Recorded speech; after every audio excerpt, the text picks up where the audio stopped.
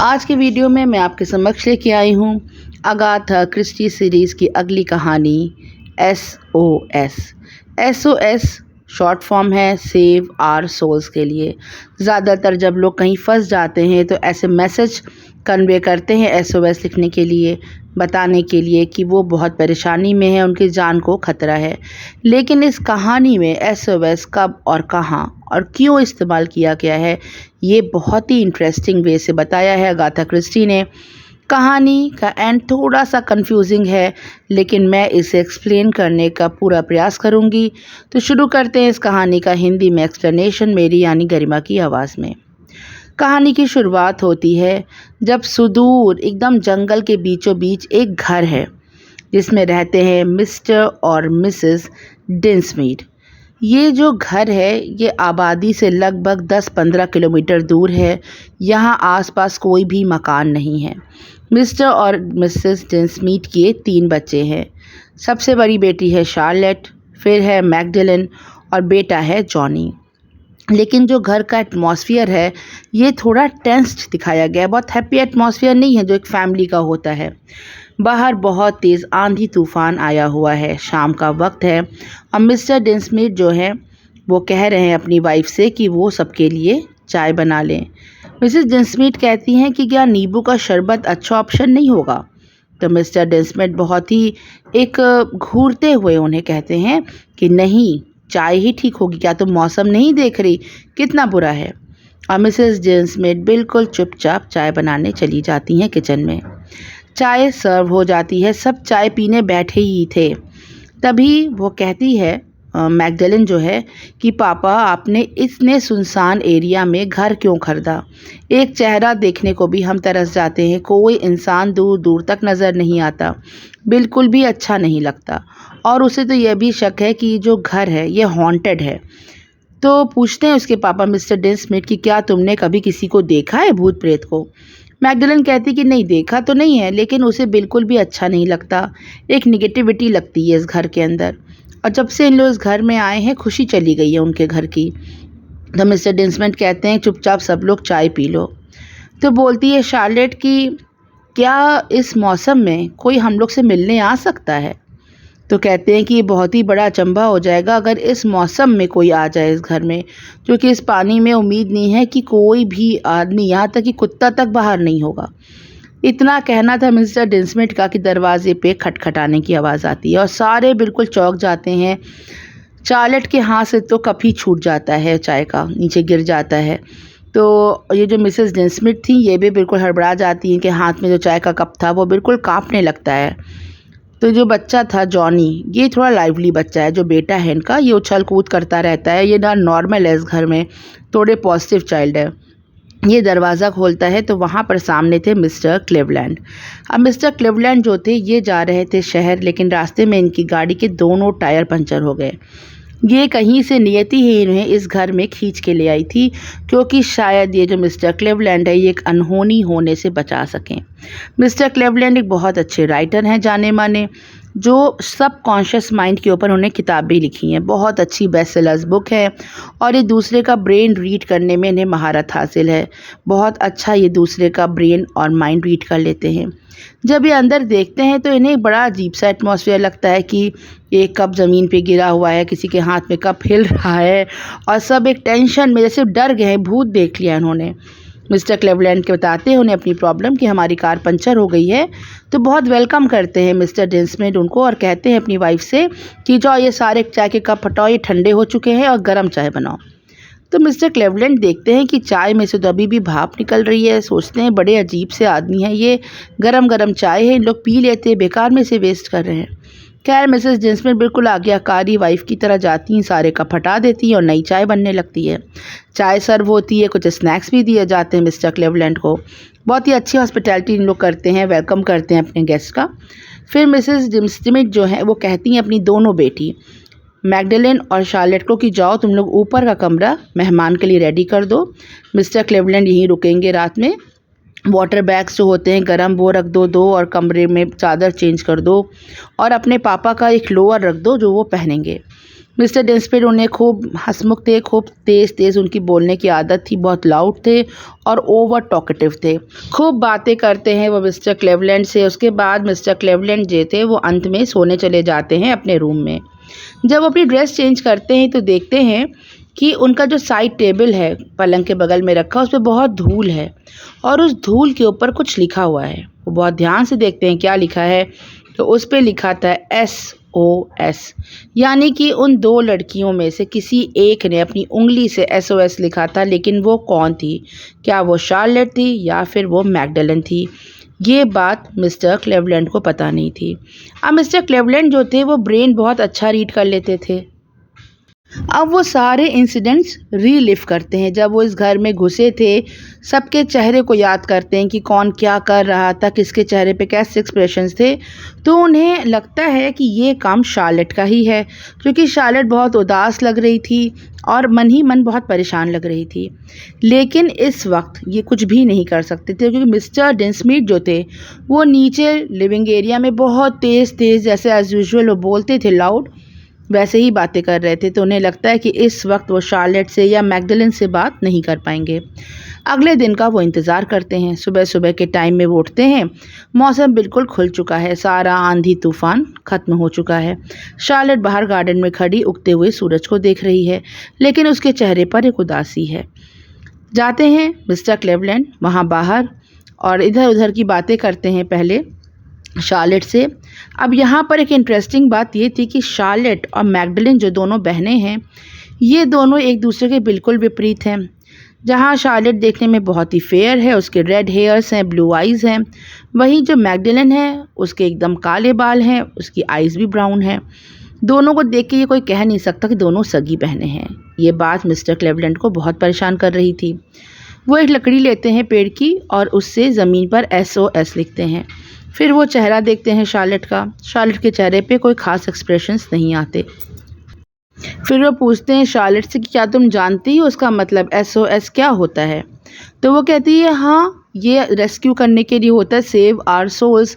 और ज़्यादातर जब लोग कहीं फंस जाते हैं, मुसीबत में होते हैं, तो ये लिखा जाता है। तो एकदम से पूछ लेते हैं मिस्टर क्लेवलैंड कि फिर तुमने कल मेरी मेज़ पे SOS क्यों लिखा था? इससे पहले कि शार्लेट कुछ कहती, उसके पिता मिस्टर डेंसमिथ उसे अंदर आवाज़ दे देते हैं और मिस्टर क्लेवलैंड की जो जिज्ञासा थी वो वहीं रह जाती है। उन्हें पता ही नहीं चल पाता कि आखिर शार्लेट ने लिखा भी था SOS या नहीं लिखा था, या फिर मैगडलेन ने लिखा था।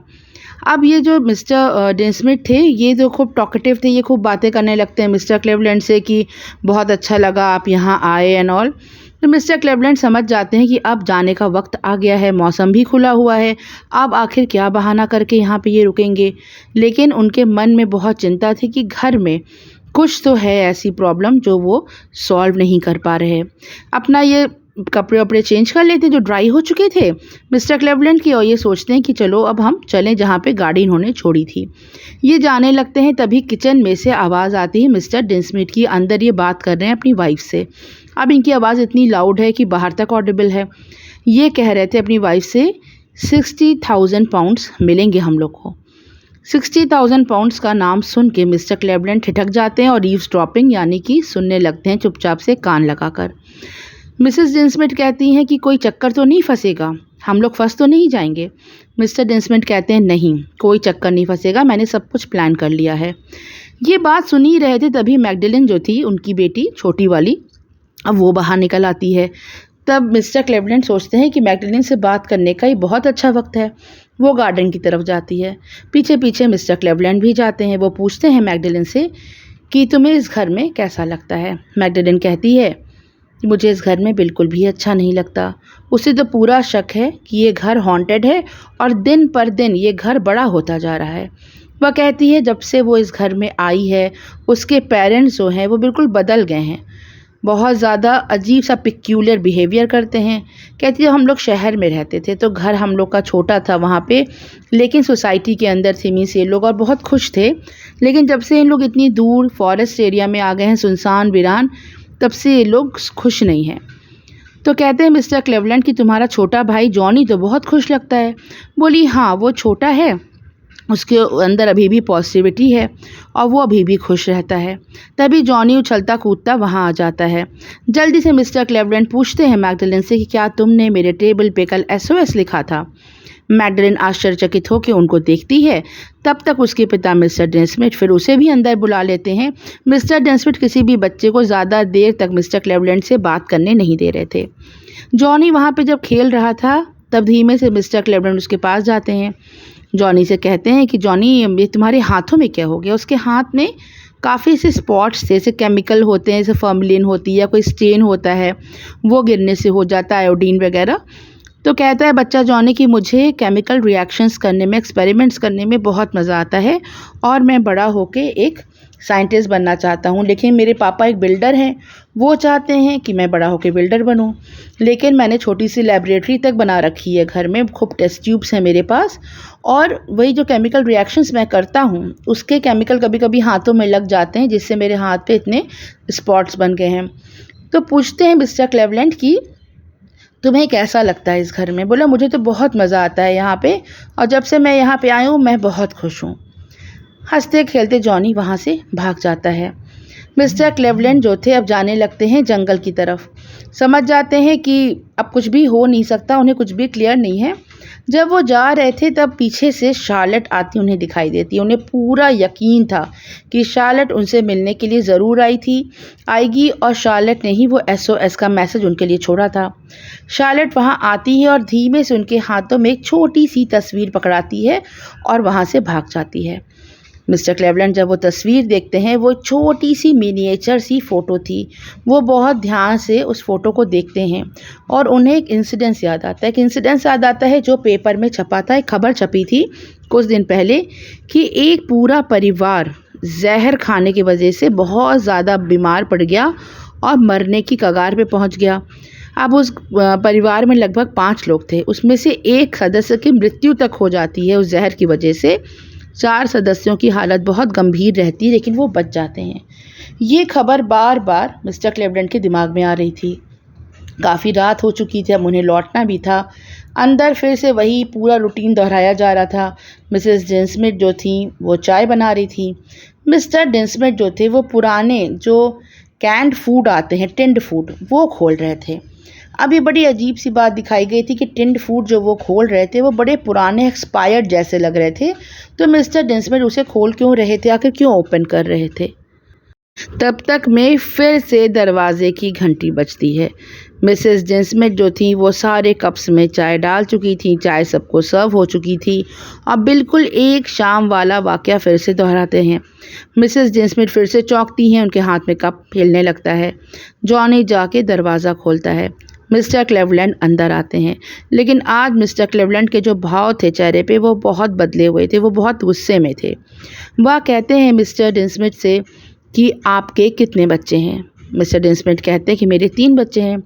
कहते हैं नहीं, आपके 2 बच्चे हैं, एक जॉनी, एक मैगडलेन, और शार्लेट जो है वो अडॉप्टेड चाइल्ड है। कहते हैं मिस्टर डेनस्मिथ नहीं, शार्लेट अडॉप्टेड चाइल्ड नहीं, आप ठीक कह रहे हैं, आपका दिमाग बहुत तेज़ है, आपने बिल्कुल सही पकड़ा कि मेरा एक बच्चा अडॉप्टेड है, लेकिन वो तो मैगडलेन है। तो कहते हैं मिस्टर क्लेवलैंड की ये जो दुनिया से आप बताते हैं, सबसे आप कहते हैं कि मैगडलेन जो है, जो थोड़ी डार्क कॉम्प्लेक्शन की लड़की जिसकी आइज़ भी डार्क हैं, ब्लैक हेयर्स हैं, वो अडॉप्टेड चाइल्ड है, लेकिन ये बात सच नहीं है। दरअसल शार्लेट जो है ये एक अडॉप्टेड चाइल्ड है और आप इसके फॉस्टर पेरेंट्स हैं। शार्लेट बिल्कुल चुपचाप देखने लगती है नीचे। वो कहते हैं शार्लेट से कि कोई भी चाय नहीं पिएगा। वो 2 टेस्ट ट्यूब्स निकालते हैं और जो चाय शार्लेट को सर्व हुई थी वो इस टेस्ट ट्यूब में डालते हैं, उस पर रेड टेप चिपकाते हैं, और जो मैगडलेन को चाय सर्व हुई थी वो दूसरी टेस्ट ट्यूब में डालते हैं, उस पर ग्रीन टेप लगाते हैं। कहते हैं वो मिस्टर डेनस्मिथ से कि शार्लेट वाली चाय में 10 गुना ज़्यादा आर्सेनिक मिलने की मुझे पूरी की पूरी उम्मीद है। ये बात सुनते मिस्टर डेनस्मिथ बिल्कुल चौंक जाते हैं। ऐसा लगता है कि उनका सारा पर्दा फाश हो गया। दरअसल शार्लेट जो थी जब वो जंगल में गई थी, उसने छोटी सी वो तस्वीर दी थी मिस्टर क्लेवलैंड को। दरअसल वो उसकी माँ की तस्वीर थी। वह उन्हें बताने गई थी कि वो ही अडॉप्टेड चाइल्ड है, लेकिन हर जगह झूठ बोला जाता है कि मैगडलेन अडॉप्टेड चाइल्ड है। ऐसा इसलिए करते थे मिस्टर और मिसेस डिंसमिड क्योंकि शार्लेट की माँ उसके लिए 60,000 पाउंड छोड़ के गई थी। अगर शार्लेट को कुछ हो जाता तो उसके फॉस्टर पेरेंट्स को ये रकम मिल जाती। मिस्टर और मिसेस डिंसमिड ने एक बहुत अच्छा प्लान रचा। ये दोनों पहले शहर से बहुत दूर आ गए, जिससे ये बच्ची जब अगर कुछ जान भी जाती तो ये लोग किसी को भी अपना मैसेज कन्वे नहीं कर सकती थी। दूसरी बात, सबको इन्होंने बता रखा था कि मैगडेलिन जो है वो अडॉप्टेड चाइल्ड है। शार्लेट को कुछ होता तब भी इन लोग के ऊपर ये शक नहीं जाता कि इन्होंने अडॉप्टेड चाइल्ड को मार दिया है। और तीसरा प्लान जो इन्होंने बनाया था कि इन्होंने अपने बेटे जॉनी को एक केमिस्ट्री की लैब सेटअप करने का दिया था कि तुम केमिकल एक्सपेरिमेंट्स करो। आर्सेनिक जहर घर में लाया गया था और वो इस तरह से गैस के ऊपर की शेल्फ पे रखा गया था जिससे आसानी से उसका पाउडर चाय बनाते समय उसमें गिर सकता था। दरअसल जो शार्लेट की चाय थी उसमें ज़्यादा आर्सेनिक डाला गया था, इतना आर्सेनिक डाला गया था जिससे उसकी मौत हो जाए। और जितने भी कप्स थे उसमें ज़रा सी मात्रा में आर्सेनिक डाला गया था, इतना जिसको पीने से उन्हें फूड पॉइजनिंग हो सकती थी, पेट ख़राब हो सकता था, नौजिया हो सकता था, लेकिन डेथ नहीं होगी। और अगर इन्वेस्टिगेशन होती भी तो होता कि वो बच्चा जॉनी जो है उसने गलती से नासमझी में वो आर्सेनिक किचन में रख दिया और वो चाय में गिर गया, इससे उन पर कोई भी कत्ल का केस नहीं बनता। लेकिन मिस्टर क्लेवलैंड जो थे उनका दिमाग बहुत तेज़ था, उन्होंने सब कुछ रीड कर लिया था कि क्या कुछ इस घर में चल रहा है। और फ़ोटो देख के शार्लेट की माँ की वो समझ गए कि अडॉप्टेड चाइल्ड है। उन्हें 60,000 पाउंड वाली बात भी याद आ गई कि ये दोनों हस्बैंड वाइफ मिलके उसे मार के उसका सारा पैसा हजम करने वाले हैं और सबको बताते हैं कि मैगडेलिन अडॉप्टेड चाइल्ड है, जबकि मैगडेलिन उनकी खुद की बेटी थी। इस तरह मिस्टर क्लेवलैंड ने शार्लेट की जान बचा ली। शार्लेट की जान बचनी थी, शायद इसीलिए मिस्टर क्लेवलैंड उस रात इतनी बरसात में भी उनके घर आ गए थे। अब ये जो कहानी थी अगाथा क्रिस्टी की, ये बहुत एब्रप्टली एंड हो गई थी, इसीलिए इसको जब आप बार बार रीड करते हैं तो इसमें छोटे छोटे छुपे हुए जो इशारे हैं वो अगाथा क्रिस्टी ने हम लोग को दिए हैं जगह जगह पे प्लॉट में, वो समझ में आते हैं second and third time reading पे, और तब इसकी एंडिंग क्रिस्टल क्लियर हो जाती है कि क्या वो कन्वे करना चाहती थी। कई लोगों को ये कहानी बहुत इंटरेस्टिंग नहीं लगती, लेकिन मुझे ये कहानी बेहद अच्छी लगी। बहुत अच्छा प्लॉट था इसका और बहुत ही मिस्टीरियस वे से इन्होंने नए तरीके से इस कहानी को बिल्कुल लिखा था। और ये कहानी आपको कैसी लगी ज़रूर कमेंट सेक्शन में बताएं। ज़रा से भी अच्छी लगी हो तो इसे लाइक करें जिससे इसकी रीच बढ़े, ज़्यादा से ज़्यादा लोग ये कहानियाँ सुन सकें। मेरे चैनल से जुड़ने के लिए आप सबका बहुत बहुत धन्यवाद। अगर सब्सक्राइब नहीं किया है तो सब्सक्राइब करें और सुनते रहें ऐसे ही इंटरेस्टिंग कहानियाँ। Thanks for listening, bye for now.